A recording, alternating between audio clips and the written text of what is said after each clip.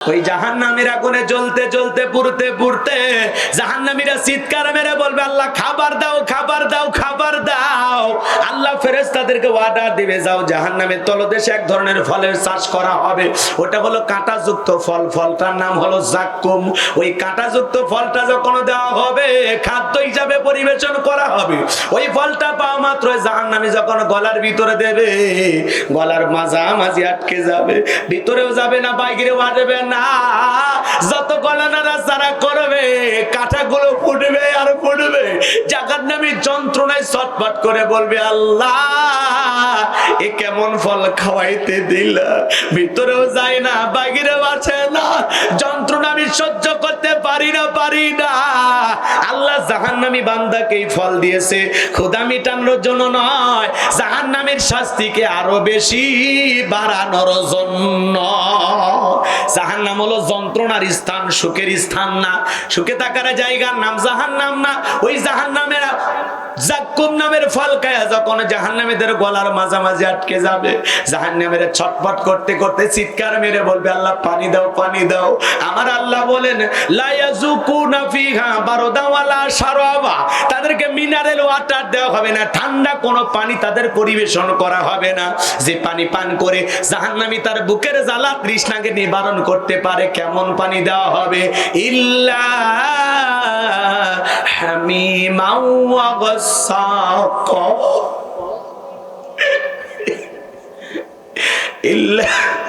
ইল্লা হামিমা ওয়া গাসসাকা, এমন উত্তপ্ত ফুটান্ত গরম পানি দেওয়া হবে যা পুষ ব্যতীত কিছুই নয়। দেখে বড় বড় ফোড়া হয়, ফাটায় দিলে ভিতর থেকে কি বের হয়? পুষ। এক গিলাস খাবেন 50,000 টাকা দেব, খাবেন নাকি কেউ? শুনেই শরীরটা ঘিন ঘিন করতেছে, হুজুরে সব কি বলেন, পুষ কি খাওয়া যায়? কিন্তু দেখেন ভাগ্যের কি নির্মম পরিহাস, যারা জাহান্নামে যাবে এটাই তাদের খাদ্য। ইল্লা হামিমা ওয়া গাসসাকা, এমন উত্তপ্ত ফুটান্ত গরম পানি জাহান্নামীদের খাদ্য হিসেবে পরিবেশন করা হবে যা পুষ ব্যতীত কিছুই নয়। ওই দুর্গন্ধওয়ালা গরম পুষওয়ালা পানি যখন জাহান্নামী পান করবে, জাহান্নামীর লারি হুড়ি গুলো গলে গলে পড়ে যাবে। সেই জাহান্নাম থেকে বাঁচার জন্য সিজদা দিয়ে আল্লাহর কাছে কান্না করা দরকার আছে না নাই? দুনিয়ার আগুনের চাইতে 70 গুণ স্পিরিট বেশি। একবার যদি কারো দেখে জাহান্নামের আগুন লাগা যায়, মনে হয় কলিজাটা পুরো ছাই হয়ে যাবে। আজকে আমি জাহান্নাম নিয়ে বেশি কথা আপনাদের শোনাবো না, হালকা একটু বলে দিয়ে গেলাম। বাজান বলেন তো, এই জাহান্নামের আগুন থেকে বাঁচার জন্য আল্লাহর কাছে চোখের পানি ছেড়ে দিয়ে কান্না করা দরকার আছে না নাই? নবী যদি আপনার আমার গুনাহ মাফের আশায় আল্লাহর কাছে দোয়া করতে পারেন, আমরা পারবো কিনা? পারবো তো ইনশাআল্লাহ। একটু মনোযোগ দিয়ে শুনেন বাজান। তাহলে বিশ্বনবী লম্বা সময় রুকু করতেন, সিজদা করতেন, পা মোবারক ফুলে পর্যন্ত উঠতেন, লম্বা সময় সিজদা দিতেন। সাহাবায়ে কেরাম কিভাবে সালাত আদায় করতেন জানেন? মরুভূমিতে সাহাবায়ে কেরাম সালাতে দাঁড়িয়ে যেতেন। ওই মরুভূমির পাখিগুলো খেজুর গাছ মনে করে সাহাবীদের কাঁধের উপরে, মাথার উপরে বসে থাকতো। নবীজির সাহাবীরা সালাতে এত মনোযোগ, কাঁধে পাখি পড়ে আছে, তারপরেও টের পাইতো না। সুবহানাল্লাহ বলেন। হযরতে তালহা রাদিয়াল্লাহু তাআলা সালাত আদায় করতেছেন, কলিজার টুকরা সন্তান খেলা করতেছিল, বিষাক্ত সাপ এসে সন্তানকে পেঁচিয়ে ধরলেন, স্ত্রী মানুষজনকে ডেকে সন্তানকে বিপদমুক্ত করলেন। হযরতে তালহা রাদিয়াল্লাহু তাআলা নামাজ শেষে জিজ্ঞাসা করে, বিবি রে এত মানুষজনের ভিড় কেন বাড়ির ভিতরে? বুঝতে পারলাম না। ডেকে বলে, স্বামী আপনি যখন নামাজ আদায় করতেছেন, কলিজার টুকরা সন্তান খেলা করতেছিল, আমি মানুষজনকে ডেকে সন্তানকে বিপদমুক্ত করলাম, এত ঘটনা আপনার চোখের সামনে ঘটে গেল। ও স্বামী আপনি কিছুই বলতে পারেন না। হযরতে তালহা ডেকে বলেন, বিবি রে নামাজের মধ্যে মন যদি এদিক সেদিক চলে যায়, তাহলে নামাজ তো আর নামাজ থাকে না। আল্লাহু আকবার। সাহাবায়ে কেরাম সালাতে কত মনোযোগ, কত মনোযোগ। জিহাদের ময়দানে হযরত আলীর পায়ে তীর ঢুকে গেল, তীর টান দিলে ব্যথা পায়। নবী বলেন সবাই নামাজের মধ্যে দাঁড়িয়ে যাও। একজন সাহাবীকে বললেন আমার জামাই যখন সিজদায় চলে যাবে তীরটা টান দিবা। দ্বিতীয় রাকাতের দ্বিতীয় সিজদায় যখন চলে গেছেন সাহাবী কাতারে ফাঁক দিয়ে যা তীরটা টান দিয়ে বের করে ফেলে দিয়েছেন। নবীজি নামাজ শেষে জিজ্ঞাসা করে আলী নামাজের আগে তীর টান দিলেও ব্যথা পাইলা, নামাজের সময় যখন তিনটা দিলে তুমি ছিলা কোথায়? হযরত আলী ডেকে বলেন নবী গো নামাজের ভিতরে আমি এত মজা পাই এত মজা পাই মনে হয় জমিনে সিজদা দেই না, মাওলা পাকের আরশে আজিমে যায় আল্লাহর কুদরতি কদমে সিজদা দিতেছি। জিহাদের ময়দানে রাত্রিবেলায় রাসূল আকরাম সাল্লাল্লাহু আলাইহি ওয়াসাল্লাম দুইজন সাহাবীকে পাহারাদার নিযুক্ত করলেন। আর তাবু টেঙে বিশ্বনবী ও সাহাবায়ে کرام ঘুমের মধ্যে চলে গেলেন। দুইজন সাহাবী চিন্তা করে ভাই দুইজন দাঁড়ায় থেকে কি লাভ, আপনি একটু বিশ্রাম করেন আমি পাহারা দেই, আবার আমি বিশ্রাম করব আপনি পাহারা দিবেন। শিডিউল ভাগ করে নিলেন। এবার সাহাবী একজন বিশ্রামে চলে গেলেন আর একজন দাঁড়িয়ে আছেন আর মনে মনে ভাবতেছেন বাচ্চা তার সময়টা নষ্ট করে কি লাভ, নামাজের মধ্যে কাটাইয়ে দেই। এইভাবে নামাজে দাঁড়িয়ে গেলেন আর কাফেররা চিন্তা করলো এটা মানুষ না গাছ, টার্গেট করে একটা তীর নিক্ষেপ করেছে, বাম হাতে তীর ঢুকে গেল, আর একটা তীর নিক্ষেপ করেছেন ডান হাতের ভিতরে তীর ঢুকে গেল। সাহাবী তাড়াতাড়ি নামাজ শেষ করে বিশ্রামে থাকা সাহাবীকে ডাক দিয়ে বলেন ভাই তাড়াতাড়ি করে ওঠেন, কাফের আমাকে তীর নিক্ষেপ করেছে কিভাবে হলো? বলে ভাই আপনি বিশ্রামে চলে গেলেন, আমি মনে করলাম অপচয় সময় নষ্ট করে কি লাভ, কারণ সাহাবীদের ধ্যানে জ্ঞানে খালি ইবাদত আল্লাহকে পাওয়ার বাসনা, কথা কয় না কে? বলেন ভাই আমি নামাজের মধ্যে দাঁড়িয়ে গেলাম আর কাফের আমাকে টার্গেট করে তীর নিক্ষেপ করেছে, আজকে আমি নামাজের ভিতরে এত মজা পাচ্ছিলাম, যদি আমার মনের ভিতরে এই কথাটা মনে না হইতো যে আমি যদি পাহারায় থাকি আর এই সুযোগে কাফেররা যদি আক্রমণ করে সাহাবায়ে کرام এবং বিশ্বনবীকে হত্যা করে আল্লাহর দরবারে আমি কি জবাব দেব? রাসূলের পাহারাদার যদি আজকে আমি না হইতাম, আজকে নামাজের ভিতরে এত মজা পাচ্ছিলাম, নামাজ পড়তে আমার এত ভালো লাগতেছিল, এত ভালো লাগা কাজ করতেছিল, একটা তীর যদি কলিজাটা ছিদ্র করে এপাশ ওপাশ করে দেয় তারপরেও আজকে আমি নামাজ ছাড়তাম না। সাহাবায়ে کرام সালাতে কত মনোযোগ, কত মনোযোগ। সন্তানকে সাপে ধরে টের পায় না, পাখি পরে তাকে টের পায় না, আপনি মশা পড়লে আগে মশা মার তারপরে সুরে ধরে, কথা কথাকে আপনারা নামাজের ব্যাপারে আমরা বড় তাড়াহুড়া করি। এক মুরব্বি এক ঠ্যাং না ধুয়ে মসজিদে ঢুকছে, টাইসালা মসজিদ পিছলে খায় চাচা একদিক লঙ্গি একদিক, মানুষ কয় চাচা আগে লঙ্গি ঠিক করেন, কয় না আগে জামাত ধরি, আল্লাহু আকবার। আছে না না?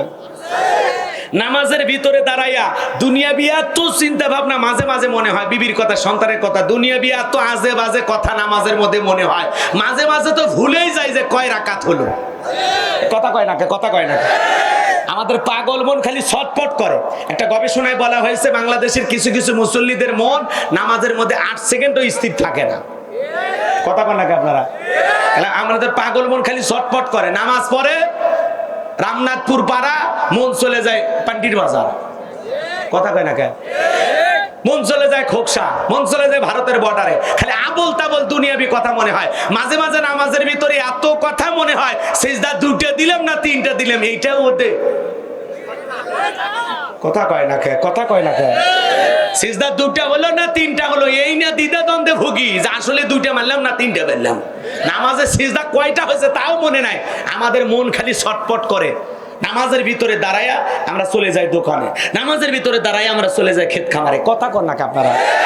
আমাদের মন খালি ছটফট করে। পাগল মোহন মন রে মন কেন উল্টো পাল্টা বলে, ও পাগল মন মন রে মন কেন মসজিদে না যায় রে, আল্লাহ রে কোন দুনিয়ায় পাঠাইলাই আমারে, বর্তমানের নারী পুরুষ সমান সমান মাপ, লম্বা চুল কাটিয়ে আবার মাথায় লাগাই ক্যাপ, আল্লাহ রে কোন দুনিয়ায় পাঠাইলাই আমারে, জিন্সের প্যান্ট শার্ট পরিয়া রাস্তা হাইটা যাই, পুলানা মাইয়া ওইটা সিনা বড় দাই, আল্লাহ রে কোন দুনিয়ায় পাঠাইলাই আমারে। কানে পড়ছে দুল, কপালে পড়ছে টিপ, কাছে যদি বলেন বিলকিস আপা, কয় না আমি আবু, আছে না না? বুখারী শরীফের স্পষ্ট হাদিস, কোন পুরুষ যদি নারীর বেশ ধারণ করে আর কোন নারী যদি পুরুষের বেশ ধারণ করে, আল্লাহর লানত তাদের উপরে। কথা বল ঠিক কিনা? এদেশে পোশাকের এত স্বাধীনতা আছে, যে যা খুশি পড়তেছে। মাঝে মাঝে ঢাকা আর লন্ডন, ঢাকায় আর কক্সবাজারে ঘুরতে গেলে মনে হয় আমি লন্ডনে আসি, জামা কাপড়ের এমন অবস্থায়। কথা কন না কে? এরপরে আমার দেশের কিছু মা বোনেরা, উচ্ছৃঙ্খল মা বোন, এরা কি করলো, ঢাকা শহরের রাজপথে আন্দোলন করে, আমরা পোশাকের স্বাধীনতা চাই। কি স্বাধীনতা? বোন তুমি কি স্বাধীনতা চাও? বলে আমি পোশাকের স্বাধীনতা চাই। কেমন? কয় দাদি নানি ব্লাউজ ছাড়া স্বামী শাড়ি পরেছিল, আমিও পড়তে চাই। কথা কয় না কে? রাগ করতেছেন আপনারা? ওদের স্লোগান কি? দাদি নানি ব্লাউজ ছাড়া শাড়ি পরেছিল, আমরা পড়তে চাই। ও বোন, দাদি নানি ব্লাউজ ছাড়া শাড়ি পরেছিল ঘরের ভিতর, এখন অভাবের কারণেই পড়ুক আর গরমের কারণেই পড়ুক। কোন নানি কি বিশ্ব রোডে আন্দোলন করতে আসছিল যে আমি তোমার নানি দেখে যাও আজকে শাড়ি পরেছি, আমি তোমার দাদি দেখে যাও শাড়ি পরেছি? ওরা কি শাড়ি পরে বিশ্ব রোড মাখাবার গেছিল? কথা কয় না কে? দাদি নানি 12 হাত শাড়ি দিয়ে পুরো দেহটা ঢাকছে, আর তুমি বোন ব্লাউজ ছাড়া শাড়ি পরেছো, এমন কায়দায় পিঠটা ফাঁকা রেখেছো, মনে হয় আন্তর্জাতিক ফুটবল ম্যাচ হবে। কথা কয় না কে? ব্লাউজ ছাড়া শাড়ি পরা আপত্তি নাই তো, কিন্তু এই কায়দায় কিসের শাড়ি? খালি কোনো মতে গলা ঝুলে রাখছে, পুরো পিঠটা ফাঁকা, আর এলে তো বলবোই না। রাগ করতেছেন মনে হয়? এত বেহায়া, এত বেহায়া। কথা কি বুঝতে পারছেন? কোন ভালো মেয়ে কোনদিন এই ধরনের আন্দোলন করতে পারে না। কোন সম্ভ্রান্ত ভদ্র ফ্যামিলির মেয়ে বোরকা ছাড়া রাস্তাঘাটে বের হতে পারে না। কথা বল ঠিক কিনা? যাদের পোশাক উল্টা পাল্টা, আর চরিত্র উল্টা পাল্টা, আর ভেজাল আছে, এমন অর্ধলুঙ্গ পোশাক পরে মনে আরো কিছু দেখাবি, খালি পারে না। আছে না? না, যে সমস্ত মা বোনেরা এই পোশাকের আন্দোলন করতেছেন তাদেরকে বলবো গুগলে সার্চ দেন কোন দেশে পোশাক ছাড়া মানুষ বসবাস করে, 5 ফুট ভিসা লাগায় ওই দেশে চলে যাও, তোদের পোশাক পরারই দরকার নাই। আর তোদের মতো মহিলা এদেশ থেকে চলে গেলে বাংলাদেশের একটা কুকুরও তোদের জন্য কাঁদবে না। বেহায়া নারী কোথাকার, লজ্জা শরমের মাথা খাইছিস না? ব্লাউজ ছাড়া শাড়ি পরতে চায়, কি ব্লাউজ চুলকাই তো। কথা কর না কে? কথা কর না কে? এক পিচ্চি মেয়ে বলে ছেলেরা আমাদেরকে দেখে সিডিউস হয় কেন? ওরে শালি, আছে না? না, রাগ করতেছেন আপনারা? বিরক্ত হয়েন না। মা বোনদের উদ্দেশ্যে বলতে চাই, মা, যেই জিনিস যত দামি তার প্যাকেট তত দামি। কথা কয় না কে? যে জিনিস যত দামি তার প্যাকেট তত দামি। পর্দা হলে নারীদের সিকিউরিটি দেয়, নিরাপত্তা দেয়। পর্দাশীল নারীর উপরে আল্লাহ রহমত নাজিল হয়। পর্দা করে নারীদের জন্য ফরজ। অকরনা ফি বুয়ুতিকুন্না ওয়ালা তাবাররাজনা তাবাররুজাল জাহিলিয়াতিল উলা। আল্লাহ বলে নারীরা তোমরা ঘরের ভিতর অবস্থান করো, খবরদার জাহিলিয়াতি যুগের মেয়েদের মতো নোংরা অশ্লীল পোশাক পরে নিজের দেহকে প্রদর্শন করো না। নারীদের জন্য পর্দা করা ফরজ। এই হুকুম কার? একটা নারী যদি ঢিলা ঢালা বোরকা পরে হাত মুজে পা মুজে লাগায় রাস্তা দিয়ে হেঁটে যায়, মনের অজান্তে শ্রদ্ধার সম্মানে মাথাটা নত হয়ে আসে। আর যারা এই উল্টা পাল্টা বিউটি পার্লারে সাজ দেয়, চোখে দেয় মাস্কারা, যুবকের কাম সারা, লামকালি মিমকালি নুনের উপরে এক নোক্তা, পেট খালি পিঠ খালি, ভাবির কপালে ডিজিটাল ফোটা, রং ঢং করে সাইজে গুজে, ঠোঁটে দেয় লিপস্টিক, ঠোঁটটা করে লাল, দেশের নাম ডিজিটাল। যুবকেরা হয় দেখে হয় পাগল, এমন রং ঢং করে সাজা যায়, যুবককে গেল রে। আছে না? এজন্য মা বোনদেরকে হলো, মা, পর্দা হলো আপনার নিরাপত্তা দিবে, আপনার সতীত্বের হেফাজত করবে। পর্দা আপনার দেহের সৌন্দর্য ঢেকে রেখে আপনাকে আকর্ষণীয় বানাবে। বোঝে না? বোঝে না? রাগ করতেছে? পর্দা হলো মা বোনদের সবচাইতে দামি পোশাক। কথা কয় না কে? পর্দাতেই নারীকে সুন্দর মানায়। কথা কয় না কে? কারণ মা বোনদের ভিতরে আল্লাহ পাক যে সমস্ত আকর্ষণীয় জিনিস দান করেছেন, এই জন্য মা বোনদের উচিত পর্দা করে চলা, নিজের সতীত্ব হেফাজত করার জন্য পর্দা করে চলা। কথা কয় না কেন? আল্লাহ আমার মা বোনদেরকে সঠিকভাবে পর্দা করা তৌফিক দান করুন। জোরে বলুন আমিন। আরো জোরে বলেন আমিন। তাহলে ঢাকা শহরে যারা আন্দোলন করতেছিল, ওদের উদ্দেশ্য ভালো না খারাপ? তার মানে ওরা যেটুকু পরে আছে ওটাও পরে থাকতে চায় না, এরা আরো কিছু দেখাইতে চায় মানুষকে। তো এ মনে করেন এটা ল্যাংটার দেশ, এটা মুসলমানের দেশ, এটা আল্লাহওয়ালাদের দেশ, এটা মসজিদ মাদ্রাসার দেশ। এই দেশে ইসলাম বিরোধী কোনো কার্যকলাপ গ্রহণ করা হবে না, কথা বলে ঠিক কিনা? মুসলমানের দেশে থাকতে হলে পর্দা করে চলতে হবে, পোশাক পরে চলতে হবে। পোশাক ছাড়া বসবাস করতে চায়, জঙ্গল চোখে পড়ে না তোর? কথা কয় না কেন?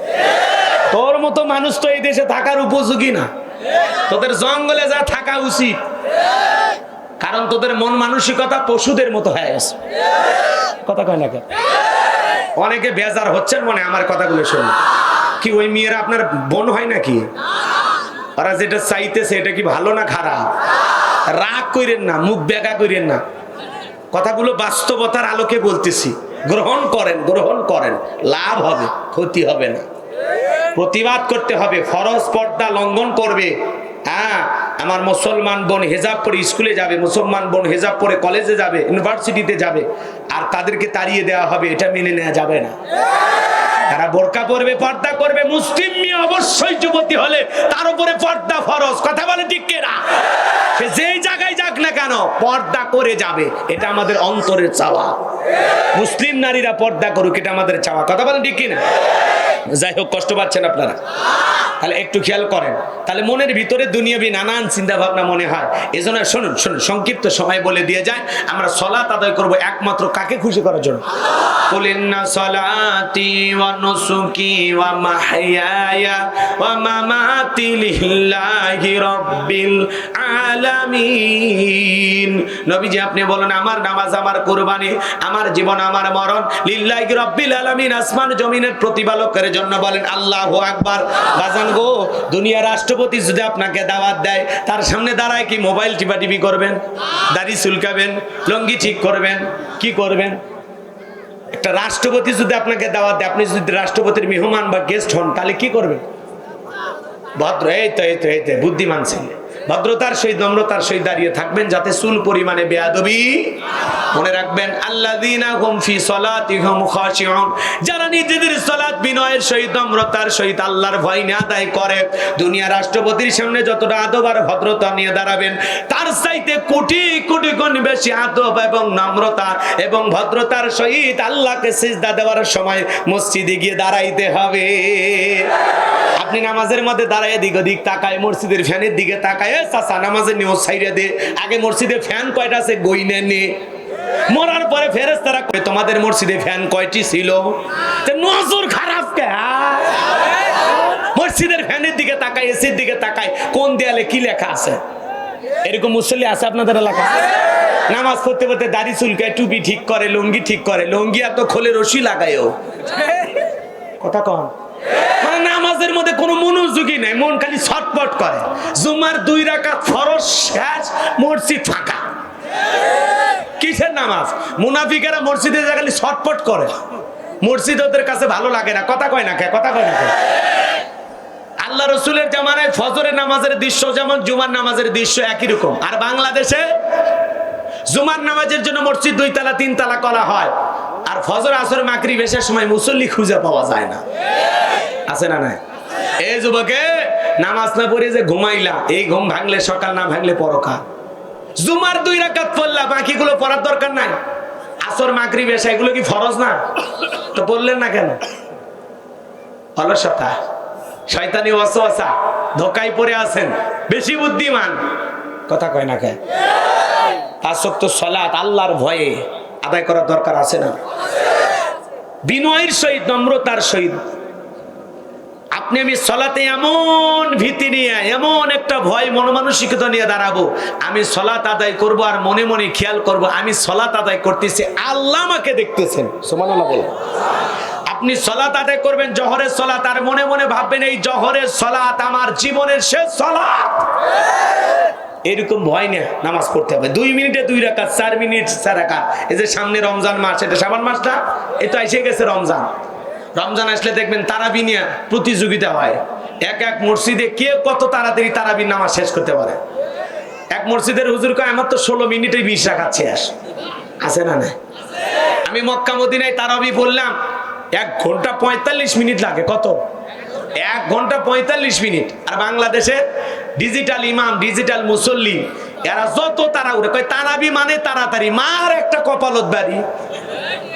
তারাবি মানে তাড়াতাড়ি না ধীরস্থির? ধীরস্থির এবং বিশ্রামের সহিত সুন্দরভাবে আদায় করতে হবে। তাড়াহুড়ো করে সালাত আদায় করলে হবে না। আপনি 2 মিনিট লাগে না 2 রাকাত নামাজ পড়তে, আপনি কি নামাজ পড়েন? কথা কয় না কেন? ইমাম আর মুসল্লি একসাথে জোহরের 4 রাকাত সুন্নতের নিয়ত দিয়েছে, ইমামের 2 রাকাত হওয়ার আগে মুসল্লির 4 রাকাত শেষ। হুজুর জিজ্ঞাসা করছে, মুরব্বি চাচা আমার আগে আপনার নামাজ শেষ। কয় হুজুর আপনাদের চর্চা কম। হুজুরেরই বলে চর্চা কম। এগুলো নামাজ দিয়ে জান্নাতে যাওয়া যাবে? এগুলো নামাজ কি আল্লাহর দরবারে কবুল হবে? আল্লাযীনা হুম ফি সলাতিহিম খাশিউন, যারা নিজেদের সালাত বিনয়ের সহিত নম্রতার সহিত আল্লাহর ভয় নিয়ে জোহরে নামাজ আদায় করবেন আর মনে করবেন এই নামাজ আমার জীবনের শেষ নামাজ, আল্লাহকে রাজি খুশি করার জন্য সময় নিয়ে ধীরস্থির ভাবে 5 ওয়াক্ত সালাত কারা কারা আদায় করবেন 2 হাত তুলে দেখান। আল্লাহ আমাদের সবাইকে 5 ওয়াক্ত সালাত মসজিদে গিয়ে আদায় করা তৌফিক দান করুন। জোরে বলুন আমিন। আরো জোরে বলুন আমিন। তাহলে আমরা বিনয়ের সহিত সালাত আদায় করব তো ইনশাআল্লাহ। তাহলে মুমিন বান্দার এইবার 2 নাম্বার গুণাবলী, আল্লাযীনা হুম আনিল লাগবি মুরিদুন।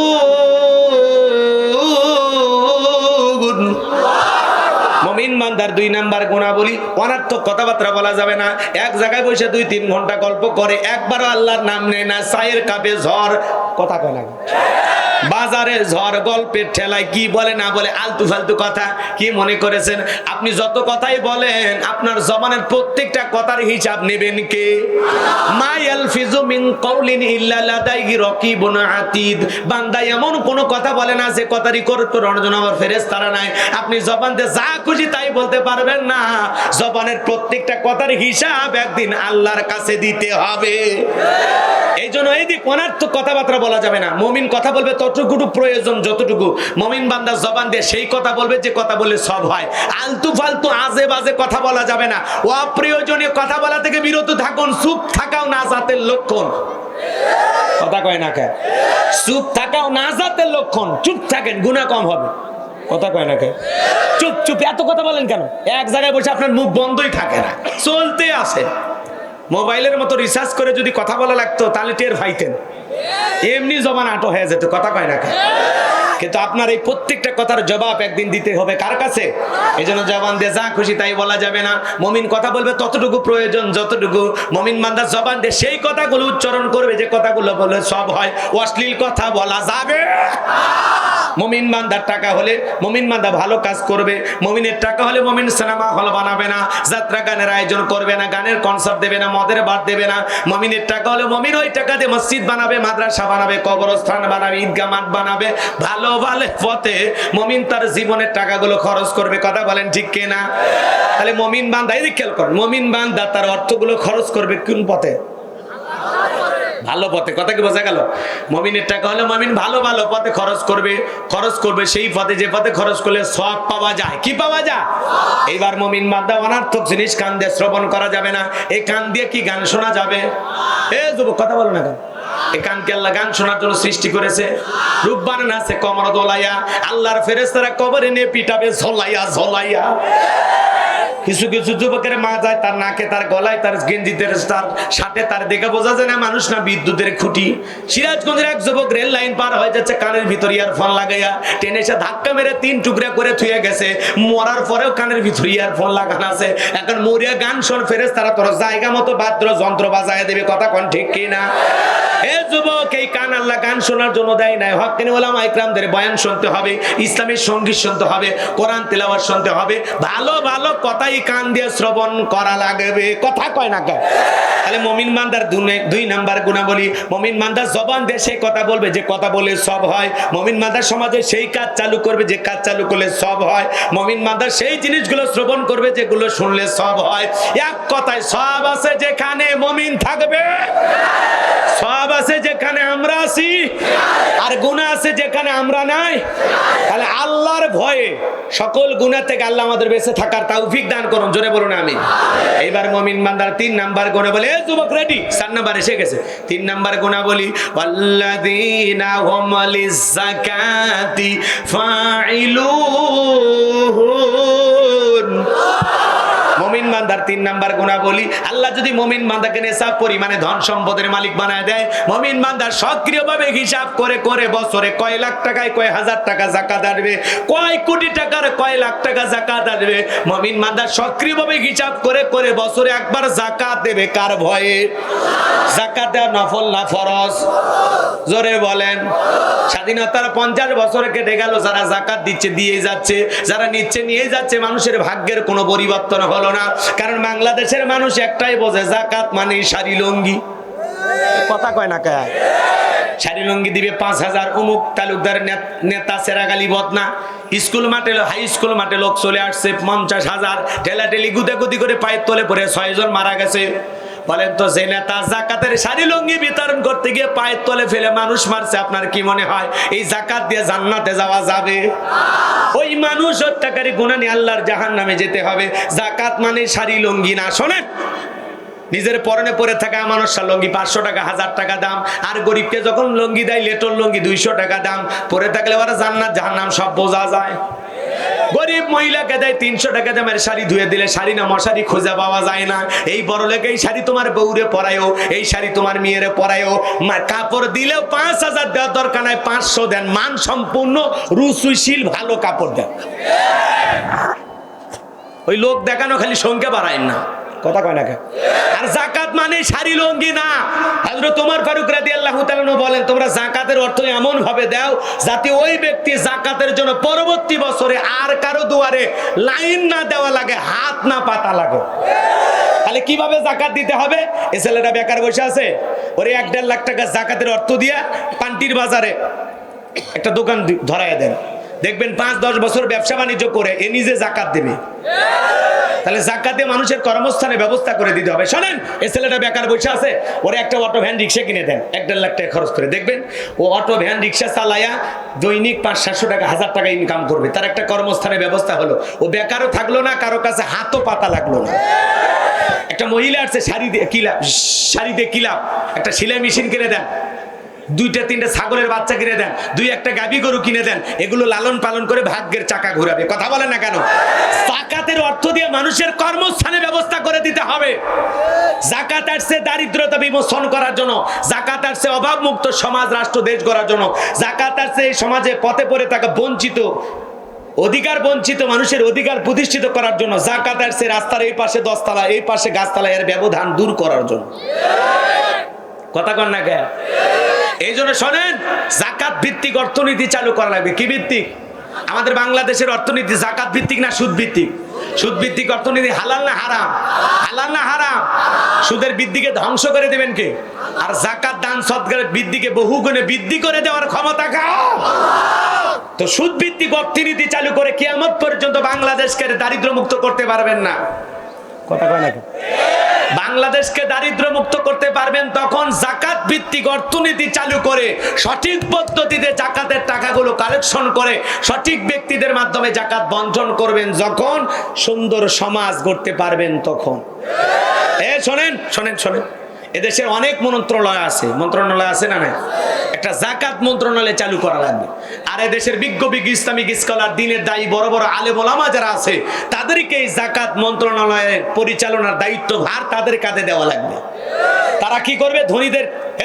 ধনীদের তালিকা করবে, তালিকা করে প্রত্যেক বছর তাদের কাছ থেকে যাকাতের টাকাগুলো কালেকশন করবে, যাকাতের টাকা আদায় করবে। ধনী দিতে চায় না, ইনি ধনী মানুষ, ওনার যাকাত আছে 100 কোটি টাকা, কোনো মতে 5-10 কোটি টাকা যাকাত দিয়ে নিজের 90 কোটি টাকা যাকাত নিজে মারিয়া খায়।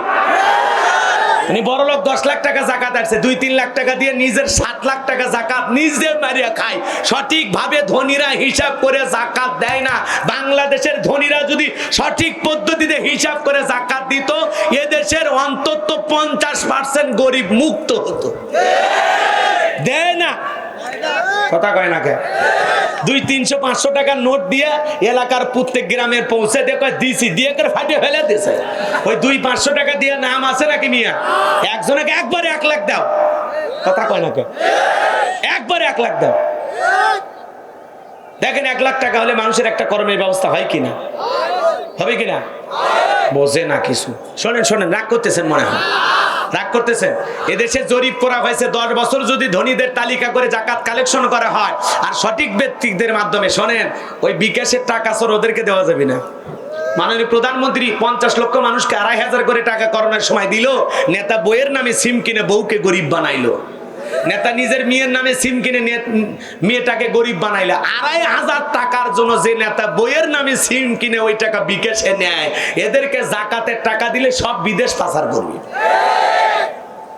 এদেরকে দেওয়া হবে না। তাম পৃথিবীতে তেলের খনি মাটির নিচে, বাংলাদেশে যারা খাটের নিচে বানাইছে, এদেরকে দেওয়া যাবে না। করোনার সময় মাননীয় প্রধানমন্ত্রী দয়া করে শত শত বস্তা চাল দিল, চেয়ারম্যান সাহেব চাল না দিয়ে নিজের গোডাউনে 700 বস্তা চাল সহ চেয়ারম্যান গ্রেপ্তার। এদের কাছে দিয়ে ভরসা পাওয়া যাবে না। দেওয়া যাবে কাঁদে যাদের অন্তরে আল্লাহর ভয় আছে, যারা 1 টাকা দিক সেদিক করবে না। কথা বলে ঠিক কিনা? শোনেন, ধনীদের কালেকশন করা লাগবে জাকাত তাদের কাছ থেকে। আল্লাহ নবী মুসা আলাইহিস সালাম 2 মিনিট একটা ঘটনা বলে দিয়ে যায়, কষ্ট হবে আপনাদের না? আল্লাহ নবী মুসা আলাইহিস সালাম কারুনকে যা বলে, কারুন তোরে জাকাত দেওয়া লাগবে। কারুন বলে আমি জাকাত দিতে পারবো না। মুসা নবী বলে জাকাত না দিলে জাকাত আদায় করা হবে। কি করা হবে?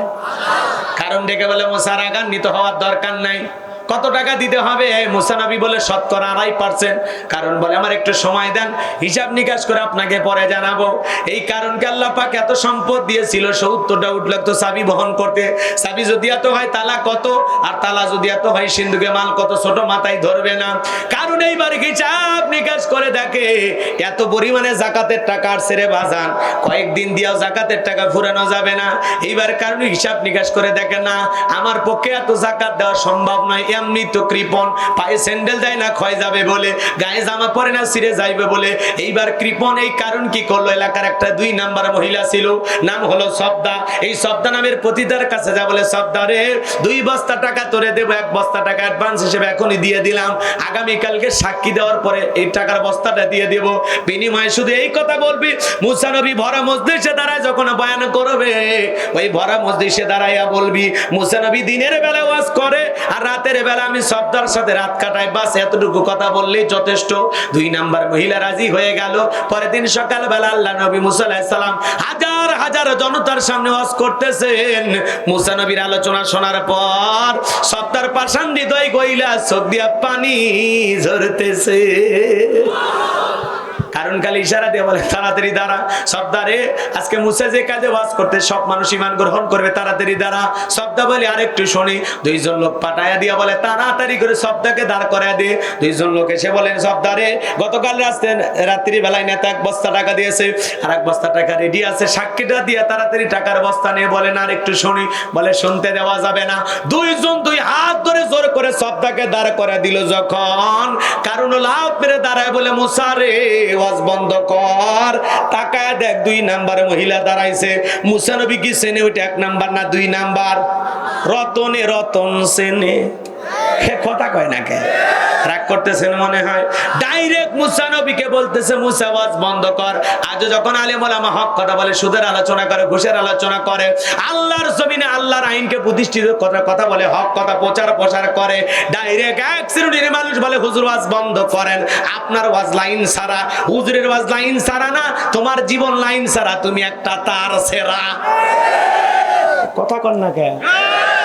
আজও আলেম ওলামার ওয়াজে বাধা দেয়, এরকম আছে না? না, যারা মসজিদের মেম্বারে আলেম ইমামদেরকে হক কথা বলতে দিতে চায় না, ওয়াজ মাহফিলে বক্তা মুফাসসিরকে হক কথা বলতে দিতে চায় না, ওরা সমাজের ডিজিটাল কারুনের খালাতো ভাই। আলেমেরা হক কথা বললে তোমার এত জ্বলে কে? বেশি জ্বলা ভালো না, মলম খুঁজে পাবা না। কথা কয় না কে? রাগ করতেছেন মনে হয়। হক কথা শুনলে দেখবেন কিছু মানুষের চোখ মুখ মলিন হয়ে যায়, মানে বৈশাখ মাসের মেঘ করছে, বৃষ্টি হবে, আছে না নাই? সহ্য করতে পারে না। রাগ করতেছেন? এই জন্য কোরআনের বিরোধিতা না করে কোরআনের পক্ষে থাকেন, সম্মান বাড়বে। আর বিরোধিতা করে আবু জেলের বাড়ি হয়ে গেছে আন্তর্জাতিক টয়লেট, একদিন তোর কবরের অবস্থা ভালো হবে না। কথা কয় না কে? কত আমির উমর বাদশা, ধনী মাতবর তাকাব্বর ক্ষমতাশীল, কবরে চলে গেছে। গরু ছাগল পেশাব করে দেয়, কবর থেকে তাড়ানোর শক্তি আছে? কিসের ক্ষমতার বড়া? কথা কয় না কে? মুহূর্তের মধ্যে সব চূর্ণ বিচূর্ণ হয়ে যাবে। আল্লাহ আমাদের হেদায়েত দান করুন। বলেন আমিন। খারাপ লাগতেছে ভাই? দোয়া করে দেব নাকি? এখনো সময় আছে, নড়াচড়া করেন না, একটু শেষ করতে দেন, ভালো লাগবে ইনশাল্লাহ।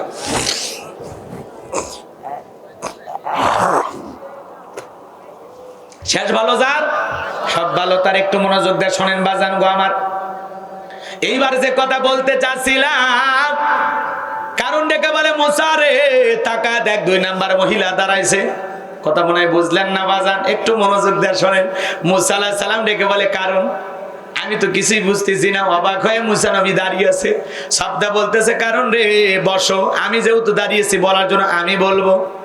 এবার কারণ যখন বসে গেল, শব্দ দাঁড়িয়ে বলতেছে ও জনগণ শোনো দিয়ামন, আমি জীবনে কোনোদিন মুসা নবীকে দেখি নাই। আজকে মুসা নবীর আলোচনা শোনার পর আমার পাষাণ হৃদয় গইলা গেছে। আমি মনে মনে সিদ্ধান্ত নিয়েছি আর খারাপ কাজ করব না, অশ্লীল কাজ করব না, আর গুনাহের কাজ করব না। আমি তওবা করে ঈমান গ্রহণ করতে চাই। সুবহানাল্লাহ। আলেমদের ওয়াজের মাধ্যমে বেনামাজি নামাজি হয়ে যায়, সুদখোর ঘুষখোর ভালো হয়ে যায়, চোর ডাকাত চুরি করা বন্ধ করে দিয়ে ভালো হয়ে যায়, বেপরদায় চলা নারী মা বোনেরা পর্দা করে, সিরিয়াল দেখা বন্ধ করে। আলেমদের ওয়াজের মাধ্যমে যুবকেরা নামাজি হয়, মুখে দাড়ি রাখে, সমাজের কত মানুষ পরিবর্তন হয়। কথা কয় না কে? আলেমেরা মানুষকে খারাপ পথে ডাকে না, ভালো পথে ডাকে। একটু মনোযোগ দিয়ে শোনেন বাজান গো আমার। এইবার শব্দ বলতেছে এই কারণ কেন লাফালাফি করতেছে আপনারা জানেন। এই কারণ এইবার গোপন তথ্য ফাঁস করে দিচ্ছে, শোনেন। এই কারণ গতকাল রাত্রিতে আমার বাড়িতে গিয়েছিল, আমার 1 বস্তা টাকা দিয়েছে, আর আজকে সাক্ষী দেওয়ার পরে আর 1 বস্তা টাকা দিবে, বিনিময়ে আমাকে এই কথা বলতে হবে। মুসা নবী দিনের বেলা ওয়াজ করে, রাতের বেলা আমি সর্দার সাথে রাত কাটাই, কিন্তু আপনাদেরকে সাক্ষী রেখে আমি বলতেছি মুসা নবীর চরিত্র ফুলের চাইতে পবিত্র।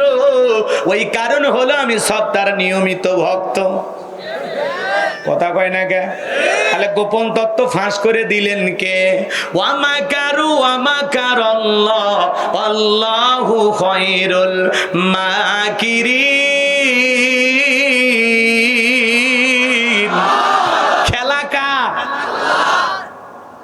যে গর্ত করেছে নিজের গর্তে নিজেই পড়েছে। কথা বলেন না কেন? আজকেও সাক্ষী ভাড়া করা হয় আল্লাহওয়ালাদের ভাসানোর জন্য।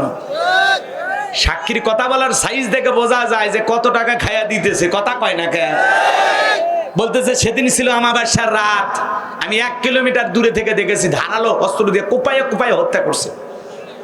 কথা কয় না কেন? আমাবস্যার রাতে 1 কিলোমিটার দেখা যায়, যে রাত্রে নিজের হাতটা ফর্সা না কালো বোঝা যায় না। তার মানে সাক্ষী যে গাঁজা খায় সাক্ষী দিচ্ছে, এটা কি বোঝার বাকি আছে? কথা কন নাকি আপনারা? হুজুরে 1 রাতে 300 জন, এটা মানা যায়? শয়তান বিশ্বাস করে। মাজার সোজা করছে কেমনে? 1 রাতে 300 জন ধর্ষণ করছে। শয়তান এই কথা বিশ্বাস করছে? আমাদের সমাজে এগুলো আছে না? না রাগ করতেছেন? আমি ভিনদেশি কারো কথা বলতেছি। এজন্য মনে রাখবেন, বাংলাদেশের কোন আলেম ধর্ষণকারী হতে পারে না। ইন্নামা ইয়াখশাল্লাহু মিন ইবাদিহিল উলামা। আল্লাহ বলেন জমিনে সবচাইতে আলেম বান্দারা আমি আল্লাহকে বেশি ভয় করে। সুবহানাল্লাহ। রাগ কইরেন না, আল্লাহ আমাদের হেফাজত করুক। জোরে বলেন আমিন। এই কারণে লাফালাফি। মুসা আলাইহিস সালাম রাগান্বিত হয়ে গেল। যেই নবী রাগ করলে আজরাইলকে পর্যন্ত থাপ্পড় বসায় দেয়, যে নবী রাগ করলে মাথা টুপি ভেদ করে চুল খাড়া হয়ে যায়, সেই মুসা আলাইহিস সালাম ডেকে বলে আল্লাহ আর কারুনকে ছাড় দেওয়া যাবে না, আপনি জমিনকে অর্ডার দেন, জমিন যেন কারুনকে গ্রাস করে ফেলে। আমার ভাইয়ের আমার আল্লাহ দোয়া মঞ্জুর করলেন। কারুনের ধন সম্পদ সহ হাঁটু পর্যন্ত যখন জমিনের ভেতরে চলে গেল, কারণ বলে ব্যাপার না, দেহে শক্তি আছে, লাফ দিয়ে উঠতে পারবো। মাজা পর্যন্ত যখন চলে গেছে বলে ব্যাপার না, লাফ দিয়ে উঠতে পারবো। গলা পর্যন্ত যখন চলে গেছে দেখে বলে মুসা রে ধন সম্পদ যা আছে সব তোমার আর তোমার আল্লাহ, তুমি নিয়ে যাও, জানটা আমার ভিক্ষা দাও। মুসা নবী ডেকে বলে আল্লাহুস সামাদ, আমার আল্লাহ হলেন অমুকুফেক্ষী, আমার আল্লাহ কারো কাছ থেকে কিছু নাই না, আমার আল্লাহ শুধু দিয়ে যায়। তোর ধন সম্পদ সহ জমিনের ভিতরে চলে যা, আর পৃথিবীর ইতিহাসে সাক্ষী থাক, তোর মতো যারা যাকাত দেবে না, সম্পদ বিলাবে না, কৃপণতা করে সম্পদ জমা রাখবে, কঠিন কিয়ামতের ময়দানে তুই কারণের সাথেই তাদের বিচার আল্লাহর আদালতে হবে। যাকাত দেবে না, কৃপণতা করবেন। সূরা তাওবার ভিতরে আল্লাহ পাক জানা দিয়েছেন, যারা স্বর্ণ রূপা টাকা পয়সা জমা রাখে, আল্লাহ রাস্তায় দিতে চায় না, ওদেরকে আযাবের সুসংবাদ শোনাও। আযাবের কি সুসংবাদ হয় না দুঃসংবাদ? তার মানে আযাবটা বড় ভয়ঙ্কর হবে। যাকাত দেবেন না, সম্পদ জমা রাখবেন, এই যাকাতের অর্থ আপনার কবর আর জাহান্নামের শাস্তির কারণ হবে। কথা কয় না কেন? আপনার সম্পদ আপনার শাস্তির কারণ হবে। কথা বোঝেন না মনে হয়। আপনাকে যখন দংশন করবে আপনার সম্পদ, তখন টের পাইবেন। আপনার সম্পদ জমা করে এরকম পশার মতো বানায় যখন ভাজে ভাজে ছ্যাঁক দিবে, সেদিন টের পাইবেন। এজন্য যাকাতের সম্পদ দিয়া মালটাকে পবিত্র করার দরকার আছে না নাই? আর যাকাত দিলাম, এই যে গরিবের, আমি ধনীর যাকাত দেওয়া ফরজ, গরিবের যাকাত খাওয়া ফরজ নয়। গরিব আমার যাকাতের টাকা গ্রহণ করে আমাকে ফরজ ইবাদত পালনের সুযোগ করে দিয়ে গরিব আমাকে দয়া করেছে। যাকাত দিলে আপনি বাঁচবেন, না দিলে আপনিই মরবেন। যাকাত আপনার সম্পদকে বৃদ্ধি করে, যাকাত আপনার সম্পদকে পবিত্র করে। তাহলে আল্লাহর ভয়ে আল্লাহ আমাদের সবাইকে হিসাব করে করে বছরে একদিন যাকাত দেওয়ার তৌফিক দান করুন। জোরে বলুন আমিন। হিসাব করে করে যাকাত দেবেন তো ইনশাআল্লাহ? পারবো তো ইনশাআল্লাহ? ভাই ওটা ভাষা করে না। এইবার 4 নাম্বার যুবকদের ওয়াজ খারাপ লাগতেছে নাকি?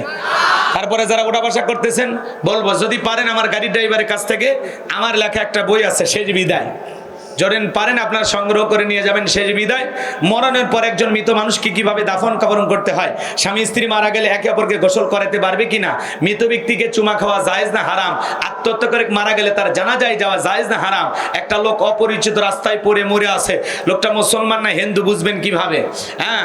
এরপরে যদি প্রচন্ড বৃষ্টি ঝড় তুফান হয়, চতুর্দিকে অথই পানি, ওই সময় একজন মানুষকে কিভাবে দাফন করা যায়, কিভাবে কবরে রাখা যায়, খুবই গুরুত্বপূর্ণ মাসলা মাসাইল দেয়া এই বইটা ছাপানো আছে। জান্নাত জাহান্নাম আখিরাত ঈমান আমল সম্পর্কে বিশেষ কিছু দোয়া সহজ কবরের সলজব সহকারে ৭৬ পৃষ্ঠার এই বইটা যদি পারেন আপনারা স্মৃতি হিসেবে গাড়ি ড্রাইভারের কাছ থেকে 50 টাকা হাদিয়া দিয়ে সংগ্রহ করবেন। এই বইটার ভিতরে আমার মাদ্রাসার ঠিকানা, আমার মোবাইল নাম্বার সব দেওয়া আছে। আপনাদের দোয়া একটা আমার মাদ্রাসা আছে, মাদ্রাসায় নূরে মাদিনা। আমার মাদ্রাসায় বিশেষ করে এতিম বাচ্চাদের জন্য থাকা খাওয়া চিকিৎসা পোশাক সম্পূর্ণ ফ্রি। আমি নিজে আল্লাহর দয়ায় আপনাদের দোয়ায় এই খরচটা বহন করার চেষ্টা করি। দোয়া করবেন না ইনশাআল্লাহ? একটা মাদ্রাসা বানাইছি, পাশাপাশি একটা মসজিদ, এক গণ কবরস্থান বানাবো। আল্লাহ যেন তার এই গোলামের স্বপ্নগুলো পূরণ করে দেন। জোরে বলেন আমিন। আমার কাছে যে হাদিয়াগুলো যায় এগুলো দিয়ে আমি চেষ্টা করবো ইনশাআল্লাহ দুনিয়াতে ভালো কিছু করে রেখে যাওয়া। কবরে তো টাকা নিয়ে যেতে পারবো না, আর এত টাকার হিসাবও তো দেওয়া যাবে না, তাই না ভাই? এই জন্য এই জমিনে যা পাই সব আল্লাহ রাস্তায় যেন বিলিয়ে দিতে পারি। আল্লাহ যেন তৌফিক দান করেন। জোরে বলেন আমিন। নিজের জীবন চলতে যতটুকু দরকার ততটুকু নিয়ে বাকিটা ইসলামের পথে যেন খরচ করতে পারি। আল্লাহ যেন তৌফিক দান করেন। জোরে বলেন আমিন। আরো জোরে বলেন আমিন। মন খারাপ করছেন? শোনেন, শিল্পীর কাছে টাকা গেলে চলচ্চিত্রের উন্নয়ন হবে, নায়কের কাছে টাকা গেলে চলচ্চিত্রের উন্নয়ন হবে, গান বাজনার উন্নয়ন হবে, সিনেমার উন্নয়ন হবে, কিন্তু আলেমদের কাছে টাকা গেলে ইসলামের উন্নয়ন হবে। তারা মসজিদ মাদ্রাসা বানাবে, কবরস্থান বানাবে, গরিব দুঃখী অসহায় মানুষের মাঝে টাকা বিলিয়ে দেবে। আমার নামে একটা ফাউন্ডেশন আছে, গোলাম রব্বানী ফাউন্ডেশন। এর মাধ্যমে প্রত্যেক বছর আমরা কিছু না কিছু ভালো কাজ করে থাকি, অনেক ভালো কাজ করি। শীত বস্ত্র বিতরণ, গরিব দুঃখী মানুষের মাঝে খাবার বিতরণ, ঈদ সামগ্রী, এরপরে আরো কিছু কাজ করি। যেমন গরিব দুঃখী মানুষের একেবারেই বিয়ে দেওয়ার সামর্থ্য নাই, যেটুকু পারি আমরা করার চেষ্টা করি। বিশেষ করে বাংলাদেশে সবচেয়ে বেশি করেন আস-সুন্নাহ ফাউন্ডেশনের চেয়ারম্যান শাইখ আহমদুল্লাহ হুজুর। এবছরেও প্রায় 5000 লোককে রিক্সা দান করেছেন। কথা কয় না? 5000 লোককে আস-সুন্নাহ ফাউন্ডেশন থেকে রিক্সা দিয়েছেন, আর কয়েক কোটি টাকা সিলেটের বন্যায় ক্ষতিগ্রস্ত মানুষের মাঝে বিতরণ করেছেন। এরপরে যখন তুরস্কে ভূমিকম্প হলো সেখানেও কয়েক হাজার প্যাকেট খাদ্য এবং জ্যাকেট পাঠিয়েছেন। আল্লাহু আকবার বলেন। তা আলেমদের কাছে টাকা গেলে টাকাগুলো নিরাপদে খরচ হবে। কথা বলে ঠিক কি না? রাগ করতেছেন মনে হয়? তাহলে যুবকে রাগ কইরেন না। যারা পারেন স্মৃতি হিসেবে বইটা মোনাজাতের পরে মঞ্চে পাঠাতে পারেন, অথবা গাড়ির ড্রাইভার তার কাছ থেকে সংগ্রহ করে আপনারা নিয়ে যেতে পারেন। আল্লাহ কবুল করেন। জোরে বলেন আমিন।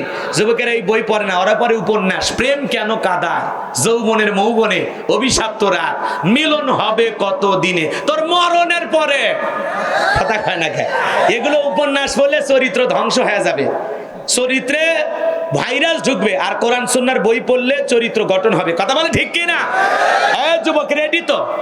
কয় নাম্বার? এইবার তোমাদের 4 নাম্বার।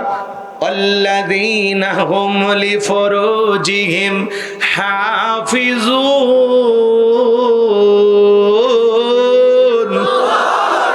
মুমিন বান্দার 4 নাম্বার গুণাবলী নিজের যৌবনটাকে হেফাজত করা। যৌবন দিয়েছেন কে? এই শোনেন শোনেন, এই চাচা একটু বাজান, একটু ওটা ভাষা করে না, শোনেন। 4 নাম্বার গুণাবলী নিজের যৌবনটাকে হেফাজত করা। আল্লাযীনা হুম লিফুরুজিহিম হাফিজুন, নিজের যৌবনটাকে সংযত রাখা।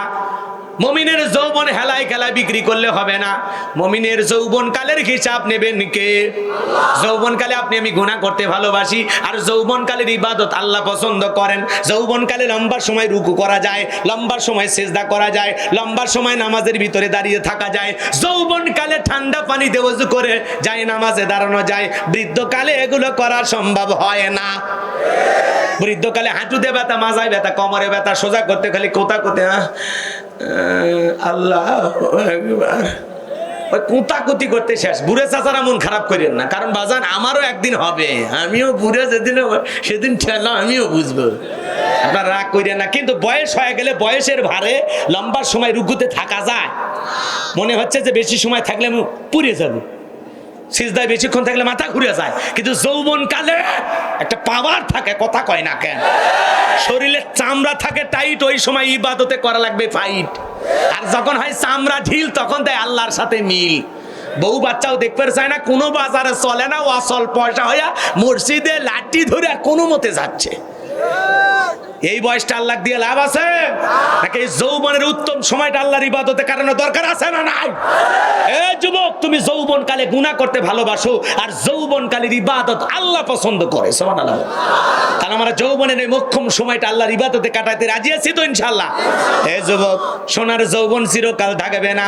এ রঙের যৌবন একদিন জন ধরে শেষ হয়ে যাবে, কাঁচা দাড়ি একদিন সাদা হয়ে যাবে, টাইট চামড়া একদিন ঢিল হয়ে যাবে। কথা বলেন না কেন? তোমার গহনা দিফু রাইয়া যাইবে, গহনা দিন ফু রাইয়া যাইবে, যৌবনে লাগবে ভাটি। ওই যে দেখো ডাকিতেছে তোমায় কবরের মাটি, ওই যে দেখো ডাকিতেছে তোমায় কবরের মাটি। তোমার গহনা দিন ফু রাইয়া যাইবে যুবক, গহনা দিন ফু রাইয়া যাইবে, যৌবনে লাগবে ভাটি। ওই যে দেখো ডাকিতেছে তোমায় কবরের মাটি, ওই যে দেখো ডাকিতেছে তোমায় কবরের মাটি। জোরে বলেন মারহাবা। এ যুবক, হযরত আলী রাদিয়াল্লাহু তাআলা বলেন, তোমরা যৌবনের কারণে গুনাহ করতে ভালোবাসো, একদিন তোমাদের যৌবন থাকবে না, আমল নামায় গুনাহ ঠিকই লেখা থাকবে। কথা বলে ঠিক কি না? এ যুবক, ওই যে পার্কের সিপে গলিতে ওই যে পাশে বসে একটা মেয়ের মনে আছে? ওই ভিডিও কিন্তু আল্লাহর কাছে আছে। ওই ব্যাপারে আল্লাহ একদিন জিজ্ঞাসা করবে। কথা কয় না কা? এই চাচা 70 বছর পার হয়ে গেছে, ওই যে 22 বছর বয়সে ওই যে ছোটবেলা নৌকা ছিল, ওই যে চরের ভিতর গেলেন না, ওই যে কাশফুলের পাশে